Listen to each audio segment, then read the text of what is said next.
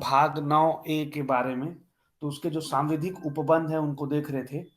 तो आज की क्लास में हम देखेंगे नगर पालिकाओं की अवधि के विषय में संबंधित अनुच्छेद जो है वो है आपका 243U।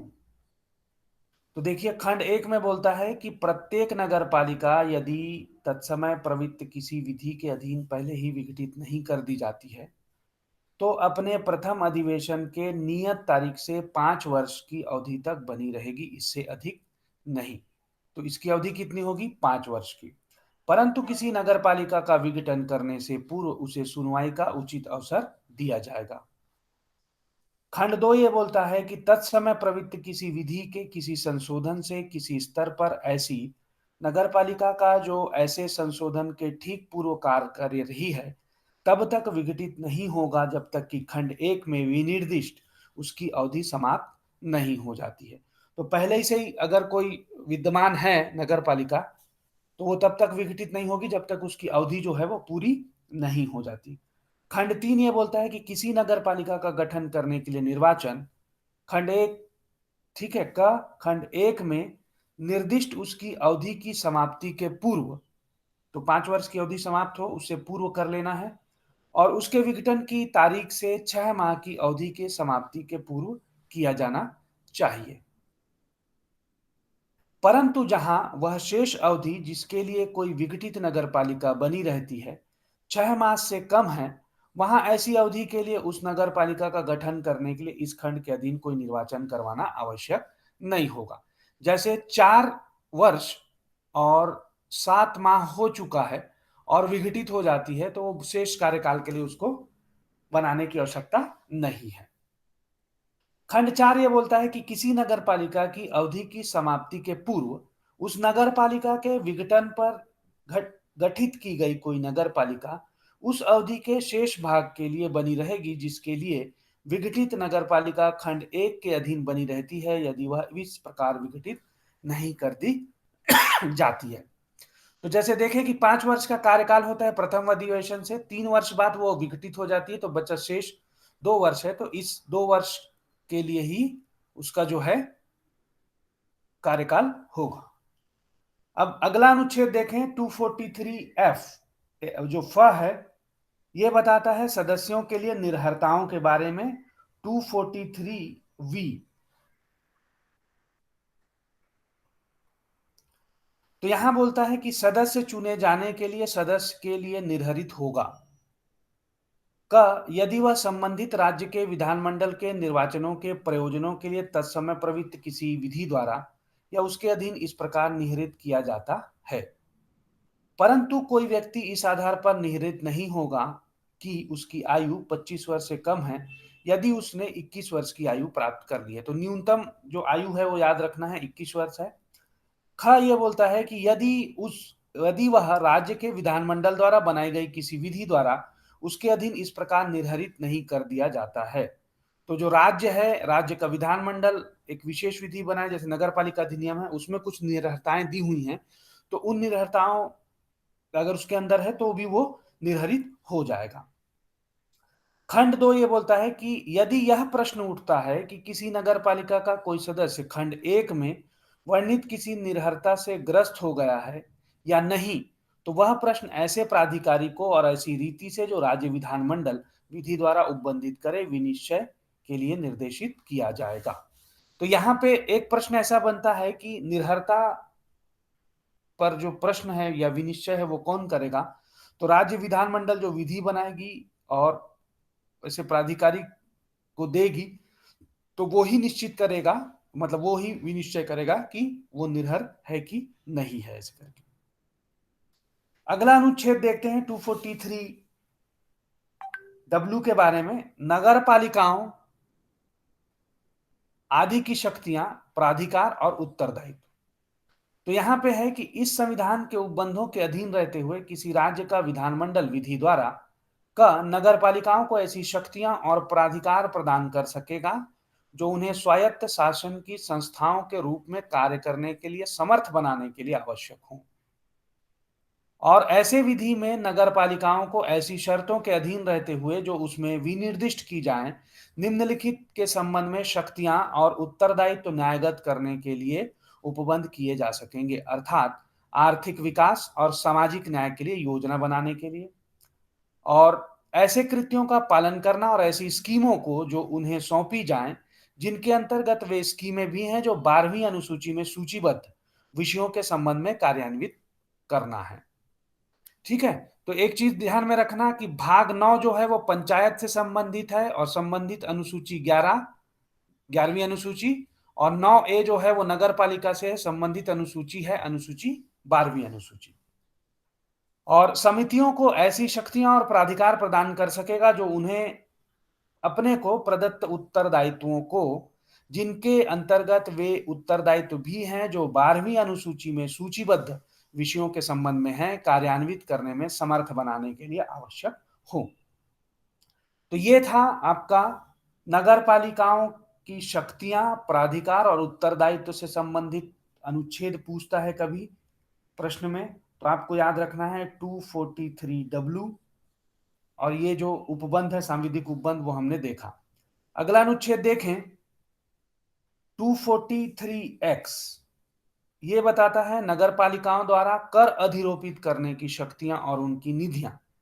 तो किसी राज्य का विधानमंडल विधि द्वारा, तो कौन बनाएगा? राज्य का विधानमंडल। कैसे बनाएगा? विधि द्वारा ऐसे कर, शुल्क, पथ कर और फीसें उद्धृत, संग्रहित और विनियोजित करें। करने के लिए किसी नगर पालिका को ऐसी प्रक्रिया के अनुसार और ऐसे निर्बंधों के अधीन रहते हुए प्राधिकृत कर सकता है। ख, राज्य सरकार द्वारा उद्धृत और संग्रहित ऐसे कर, शुल्क, पथ कर और फीसें किसी नगर पालिका को ऐसे प्रयोजनों के लिए तथा ऐसी शर्तों और निर्बंधों के अधीन रहते हुए समुन्निष्ट कर सकेगा। राज्य की संचित निधि में से नगर पालिकाओं को ऐसे सहायता अनुदान के लिए उपबंध कर सकेगा। तो यहाँ पे चीज ध्यान रखनी है कि नगर पालिकाओं को सहायता अनुदान कहाँ से मिलेगा? राज्य की संचित निधि से। अगला देखें, नगर पालिकाओं द्वारा उनकी ओर से क्रमशः प्राप्त किए गए सभी धनों को जमा करने के लिए ऐसी निधियों का गठन करने और उन निधियों में से ऐसे धनों को निकालने के लिए भी उपबंध कर सकेगा। तो कौन करेगा? राज्य का विधानमंडल। कैसे करेगा? विधि बनाकर करेगा, जो विधि में निर्दिष्ट की जाए। अब अगला अनुच्छेद देखते हैं 243Y, जो बताता है वित्त आयोग के बारे में। इससे संबंधित बहुत क्वेश्चन पूछे जाते हैं, तो याद रखिएगा 243Y अनुच्छेद है।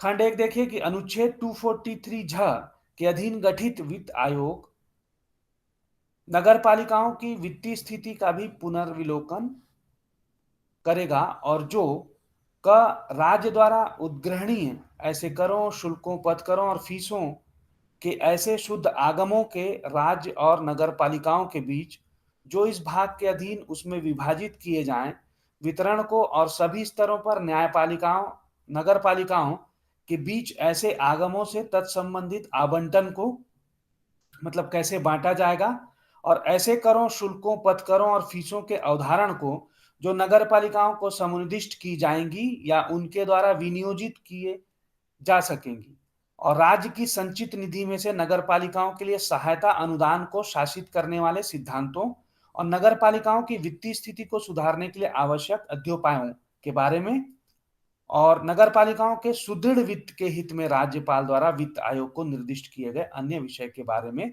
राज्यपाल को सिफारिश करेगा। ठीक है? तो वित्त आयोग जो है वो सिफारिश किसको करेगा? राज्यपाल को। अब देखें खंड 2 है कि राज्यपाल इस अनुच्छेद के अधीन आयोग द्वारा की गई प्रत्येक सिफारिश को उस पर की गई कार्यवाही के स्पष्टीकारक ज्ञापन सहित मेमोरेंडम के साथ राज्य के विधानमंडल के समक्ष रखवाएगा। तो ये 2 खंड हैं जिसमें प्रक्रियाएं दी गई हैं। अब उसके बाद हम देखें 243 या Z जो है ये बताता है नगर पालिकाओं के लेखाओं की संपरीक्षा के बारे में उपबंध करता है।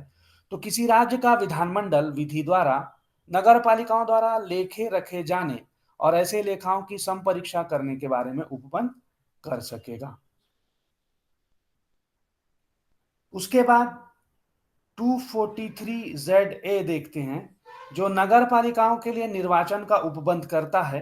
खंड एक ये बोलता है कि नगर पालिकाओं के लिए कराए जाने वाले सभी निर्वाचनों के लिए निर्वाचक नामावली तैयार करने का और उन पर सभी निर्वाचनों के संचालन का अधीक्षण, निदेशन और नियंत्रण अनुच्छेद 243 ट में निर्दिष्ट राज्य निर्वाचन आयोग में होगा। ठीक,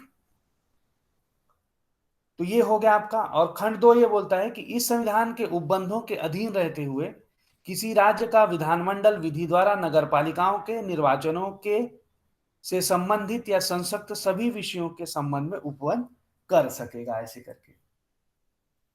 अब देखें 243 जेड बी बोलता है कि संघ राज्य क्षेत्रों को लागू होना।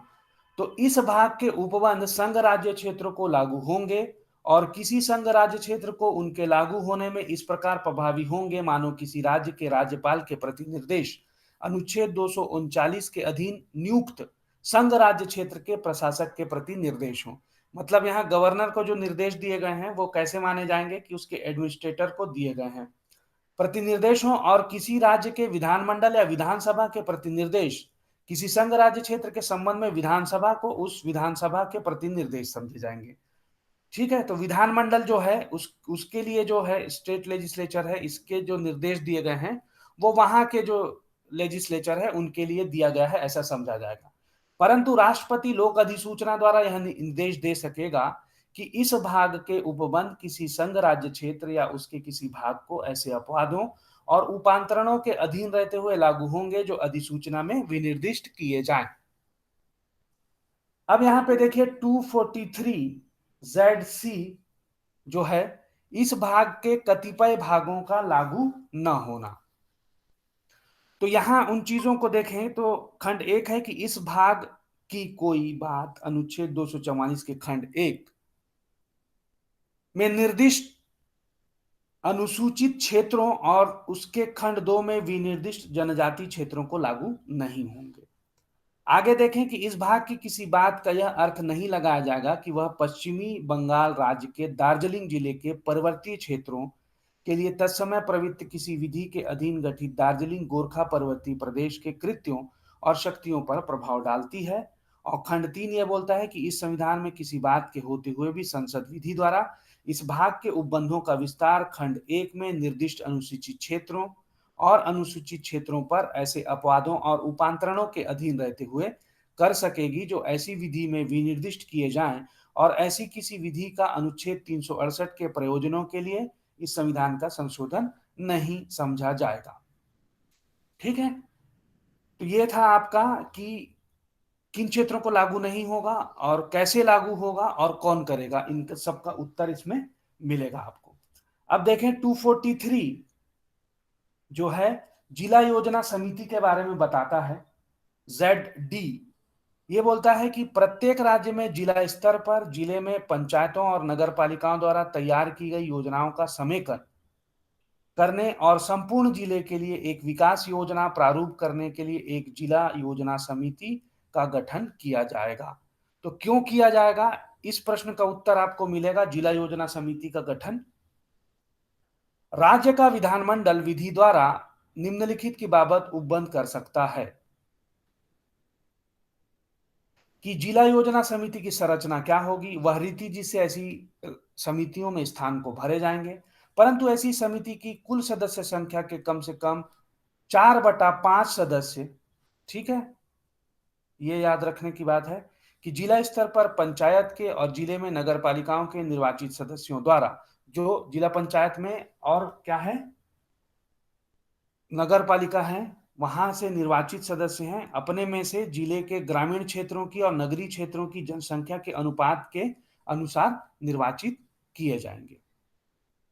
जिला योजना से संबंधित ऐसे कृत्य जो ऐसी समितियों को समुन्निष्ट किए जाएं, और वह रीति जिससे ऐसी समितियों के अध्यक्ष जो हैं वो चुने जाएंगे, और प्रत्येक जिला योजना समिति विकास योजना प्रारूप तैयार करने में निम्नलिखित बातों का ध्यान रखेगी।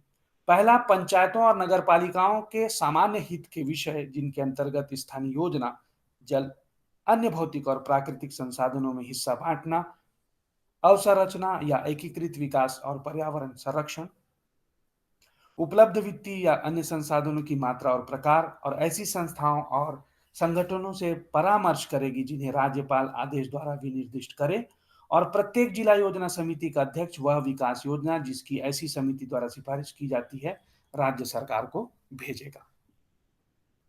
उसके बाद आप देखें कि महानगर योजना समिति के बारे में 243 ZE।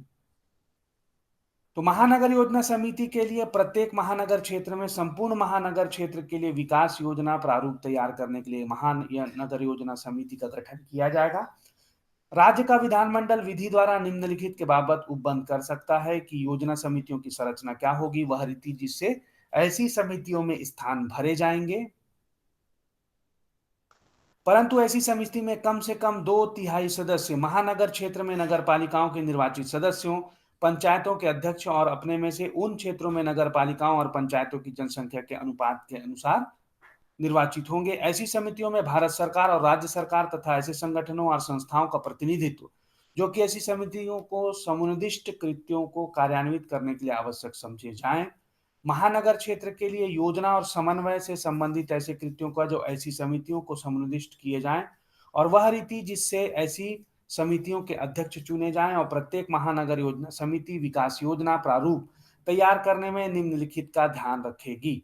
महानगर क्षेत्र में नगर पालिकाओं और पंचायतों द्वारा तैयार की गई योजनाएं, नगर पालिकाओं और पंचायतों के सामान्य हित के विषय जिसके अंतर्गत उस क्षेत्र में समन्वित स्थानिक योजना, जल या अन्य भौतिक और प्राकृतिक संसाधनों में हिस्सा बांटना, अवसंरचना की एकीकृत विकास और पर्यावरण संरक्षण, भारत सरकार और राज्य सरकार द्वारा निश्चित समस्त उद्देश्य और पूर्व क्रियाएं, उन निधानों की मात्रा और प्रकृति जो भारत सरकार और राज्य सरकार के अभिकरणों द्वारा महानगर क्षेत्र में किए जाने की संभाव्य हैं, तथा अन्य उपलब्ध वित्तीय और अन्य संसाधन, और ऐसी संस्थाओं और संगठनों से परामर्श करेगी जिन्हें राज्यपाल आदेश द्वारा विनिर्दिष्ट करे, और प्रत्येक महानगर योजना समिति का अध्यक्ष वह विकास योजना जिसकी ऐसी समिति का सिफारिश की जाती है राज्य सरकार को भेजेगा।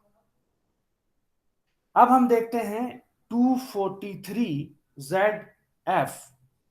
ये बताता है कि विद्यमान विधियों और नगर पालिकाओं का बना रहना। तो इस भाग में किसी बात के होते हुए भी संविधान के 74वां संविधान संशोधन अधिनियम 1992 के प्रारंभ के ठीक पूर्व किसी राज्य में प्रवृत्त नगर पालिकाओं से संबंधित किसी विधि का कोई उपबंध जो इस प्रकार इस भाग के उपबंधों से असंगत है, तब तक सक्षम विधानमंडल द्वारा या अन्य सक्षम प्राधिकारी द्वारा उसे संशोधित या निरसित नहीं कर दिया जाता है जब तक ऐसे प्रारंभ से 1 वर्ष समाप्त नहीं हो जाता। इनमें से जो भी पहले हो तब तक प्रवृत्त बना रहेगा। परंतु ऐसे प्रारंभ के ठीक पूर्व विद्यमान सभी नगर पालिकाएं यदि उस राज्य की विधानसभा द्वारा ऐसे राज्य की दशा में जिसमें विधान परिषद है, उस राज्य के विधानमंडल के प्रत्येक सदन द्वारा पारित इस आशय के संकल्प द्वारा पहले ही विघटित नहीं कर दी जाती है, तो अपनी अवधि की समाप्ति तक बनी रहेगी। तो जो उनकी अवधि थी उस अवधि तक वो बनी रहेंगी। अब जो अंतिम अनुच्छेद है 243ZZ, ये बताता है कि निर्वाचन संबंधी मामलों में न्यायालयों के हस्तक्षेप का वर्जन।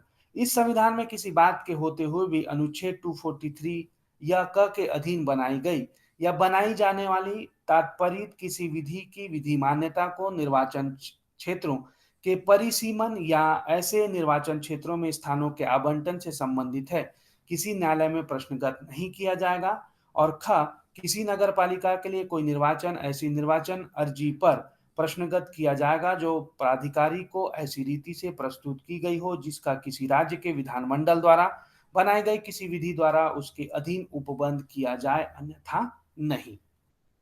तो ये था नगर पालिका के बारे में जो सांविधिक उपबंध है उसके बारे में। और यहाँ लगभग जो चीजें हैं